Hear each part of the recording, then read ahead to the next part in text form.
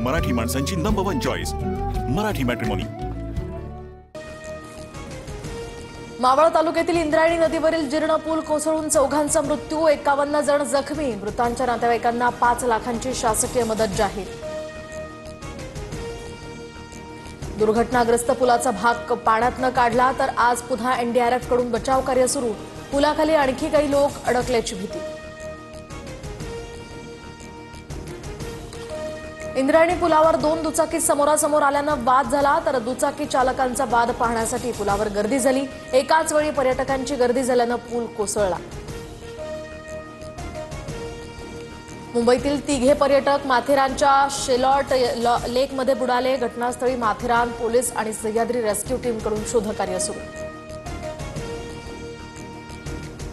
काल घडलेल्या विविध दुर्घटनांमध्ये 21 जणांचा मृत्यू झाल्याची माहिती। इंद्रायणी नदी पूल दुर्घटना, केदारनाथमधील हेलिकॉप्टर कोसळलं, तर नदीपात्रात बुडून अशा विविध घटनांमध्ये एकूण 21 लोकांनी आपले प्राण गमावले।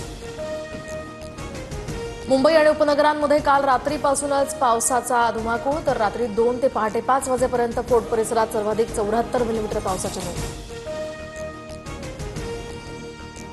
पुण्यात सकाळपासून जोरदार पावसाची हजेरी। रस्त्यावरील सखल भागात पाणी साचलं। पुण्यासह जिल्ह्यात ऑरेंज अलर्ट जारी।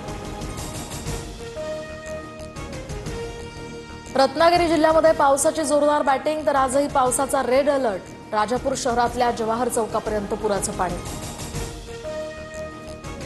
राज ठाकरे मुख्यमंत्री देवेंद्र फडणवीसांना भेटले। मुख्यमंत्री राज ठाकरेंना भेटले असं बोलून गैरसमज पसरवू नका, संजय राऊतांच्या विधानावर आशिष शेलार यांची प्रतिक्रिया। गडचिरोलीतील 120 विद्यार्थी पहिल्यांदाच विमानातनं बंगळुरूच्या इस्रो भेटीला। दरम्यान विमानतळावर मुख्यमंत्री फडणवीसांकडून या विद्यार्थ्यांना शुभेच्छा। मनसेच्या केंद्रीय समितीसोबत राज ठाकरेंची बैठक। शाखाध्यक्ष आणि उपशाखाध्यक्ष नेमण्यासंदर्भात चर्चा होणार। पूर्व विदर्भात शिवसेनेला आणखी 2 धक्के। शिवसेना वर्धा शहर प्रमुख निखिल सातपुते आणि उपजिल्हा प्रमुख शैलेश रावेकर यांचा राजीनामा। अहमदाबाद विमान दुर्घटनेतील 47 जणांचे डीएनए जुळले, तर 24 जणांचे मृतदेह कुटुंबियांकडे सुपूर्द। अनेक मृतदेह ओळखण्यापलीकडचे जळाले। माजी मुख्यमंत्री विजय रुपाणींच्या मृतदेहाचीही ओळख पटली। संध्याकाळी कुटुंबियांना रुपाणींचा मृतदेह सोपवण्यात येणार। राजकोटमध्ये रुपाणींच्या पार्थिवावर अंत्यसंस्कार होणार। पोटाच्या समस्येमुळे सोनिया गांधी दिल्लीत रुग्णालयात दाखल। दरम्यान सोनिया गांधींची प्रकृती सध्या स्थिर असल्याची माहिती। राज्यात कोरोनाचे 40 नवे रुग्ण। मुंबईमध्ये 22 तर पुण्यात 10 नवे रुग्ण। राज्यात एकूण 540 सक्रिय कोरोनाचे रुग्ण असल्याची माहिती। आतापर्यंत कोरोनामुळे 28 जणांचा मृत्यू। नागपुरातील खापामध्ये भर दिवसा गोळ्या झाडून तरुणाची हत्या। जुन्या वादातनं गोळीबार झाल्याची माहिती। चेतन गगाटे याचा उपचारादरम्यान मृत्यू। मुंबई जालना वंदे भारत ट्रेन आता नांदेडपर्यंत धावणार। शीख समुदायाकडून कौतुक, तर गुरु गोविंद सिंगांच्या पवित्र स्थळी पोहोचणं यामुळे अधिक सुलभ होणार। सोलापूरला आठवड्यातनं 2 वेळा पाणी पुरवठा होणार। उजनी धरण ते सोलापूर समांतर जलवाहिनीचं काम पूर्ण।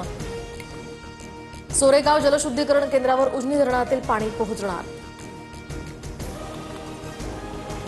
अमरावतीच्या मेळघाटमध्ये 20 पेक्षा अधिक पूल वाहतुकीस धोकादायक। 4 नवीन पुलांसह 16 पेक्षा अधिक पुलांची दुरुस्ती करण्याची मागणी। दक्षिण अमेरिकेतील पेरूमध्ये 6.1 रिश्टर स्केलचा तीव्रतेचा भूकंप, तर भूकंपात एकाचा मृत्यू, 5 जण जखमी।